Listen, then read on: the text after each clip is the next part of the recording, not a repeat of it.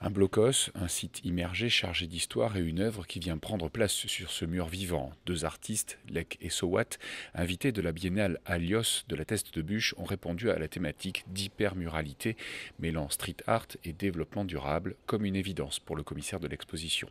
Je connais les Kesowa depuis très longtemps. Quand ils sont rentrés au Palais de Tokyo, ça a été les premiers artistes venus du street art qui sont rentrés au Palais de Tokyo.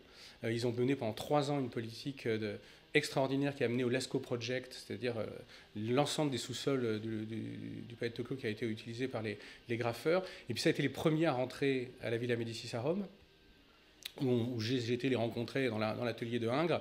Et là, ils ont pas délaissé le street art, mais ils ont engagé une autre pratique que le street art simplement, en essayant d'aller au-delà. Et donc, ils ont travaillé avec des matériaux tendus. Ils n'ont naturellement pas dégradé la Villa Médicis, ni la touché, pas plus que les bunkers de la Thèse. Il n'était pas question de les toucher, de les peindre. Un bunker, c'est un monument historique comme un château fort, donc il n'est pas question normalement d'y toucher.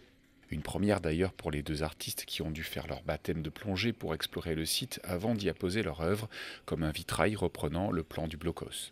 C'est un petit peu de redonner quelque chose, de réactualiser un lieu qui a été un petit peu abandonné, en tout cas recouvert par la mer ici à ce moment-là. Mais c'est justement redonner de l'intérêt à ce type de lieu. Pour moi, en tout cas, c'est comme ça que je le vois. Et la sculpture, elle aussi, elle en fait partie, puisque c'est à partir du plan du blocos qu'on a fait cette porte-là. Il y a une sculpture qui a un prétexte à vivre quelque chose. Et ce quelque chose, dans ce projet-là, ça a été comme il a dit, de redonner vie à quelque chose qui est inerte, à une matière qu'on pourrait considérer comme morte, puisque c'est un blocos qui ne sert plus et qui est sous l'eau. Mais lui-même, il est déjà en train de reprendre vie, puisque c'est ça qui est intéressant finalement avec ces blocos. C'est devenu des récifs coralliens. C'est-à-dire que quand tu plonges et que tu vas dans ces blocos, en fait, ça fourmille de vie aujourd'hui. Leur œuvre, filmée sur place, est aussi visible à la salle Franklin, un des 5 lieux d'exposition d'Alios où se mêleront une vingtaine d'artistes, visible du 22 septembre au 1er octobre.